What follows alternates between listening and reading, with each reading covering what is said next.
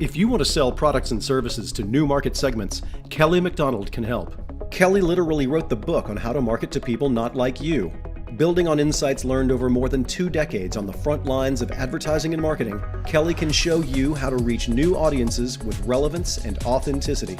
Kelly's company, McDonald Marketing, has twice been named one of the top ad agencies in the country by Advertising Age. She's been featured on CNNMoney.com, SiriusXM Radio, Businessweek, and CNBC. Kelly's session, How to Market to People Not Like You, is based on the strategies and tactics found in her book. These insights are must-know information for companies of all sizes. Here's a sample of this popular session.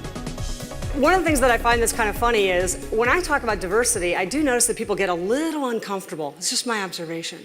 And I've wondered why that is. I'm thinking, well, okay, what is that? Here's my theory. My theory is that if you were raised anything like I was raised, then you were raised possibly to believe that we are all the same. Right? That was like drilled into my head as a child. We are all the same, Kelly. And I don't believe that we are all the same. I think we're all equal, but we're not the same. There's a huge difference between being equal and being the same. So consequently, if you were born and raised to believe that we are all the same or equal, then doesn't it feel like maybe focusing on what makes us different from each other is sort of counterintuitive? Isn't that maybe a bad thing and we're not supposed to go there?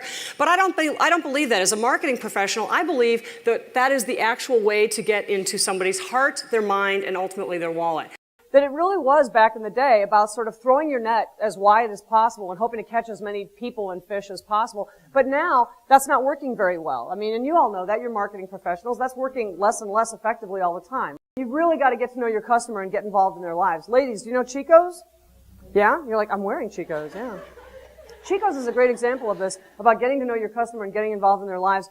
And at Chico's, they know exactly who their woman target is. She is age 50 and older. She has a household income of $160,000 plus.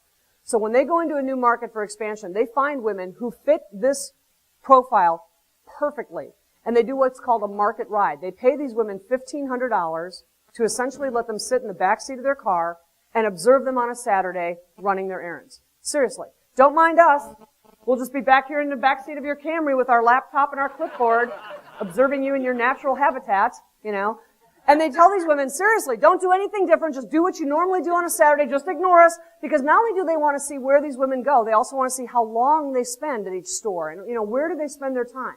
The first thing that they do is they go to the bank, get the banking done. The second thing that they do is they swing by the dry cleaner and they get the dry cleaning. The third thing that they do is they swing by the pet store and they get the 50-pound bag of dog food. So, literally, these women run 6 hours of errands on a given Saturday. That's because they're busy during the week. So they're running hours and hours of errands. These women also tend to be very social. And often in the middle of their busy Saturday, they will make plans to hook up with a girlfriend of theirs for either a quick glass of iced tea or a bite to eat, because they got to eat something, right, while they're running all over town.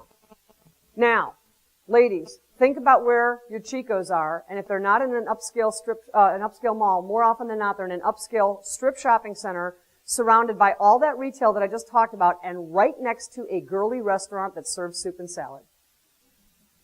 It's so simple, it's brilliant, because Chico's basically says, we know this customer, we want to be in her lives. We don't expect her to come to us, we're going to come to her. A better example of knowing your target is Bank of America wanted to partner with AT&T to tap into the huge Asian population in San Francisco, which is one of the largest Asian markets in the country. So they did a co-promotion where if you opened up a new checking account at Bank of America, you got an AT&T calling card preloaded with calls to Asia. Not Latin America, not Europe, Asia. Because chances are you have loved ones in Asia. And if you were an AT&T customer, they gave you free checking at Bank of America. Their goal was to open 1,500 new accounts. They opened 22,000. How'd you like to be the person who's like, yeah, that was my idea. Yeah, that was me. Beep, beep, just bring the bonus truck right up to my desk, yeah.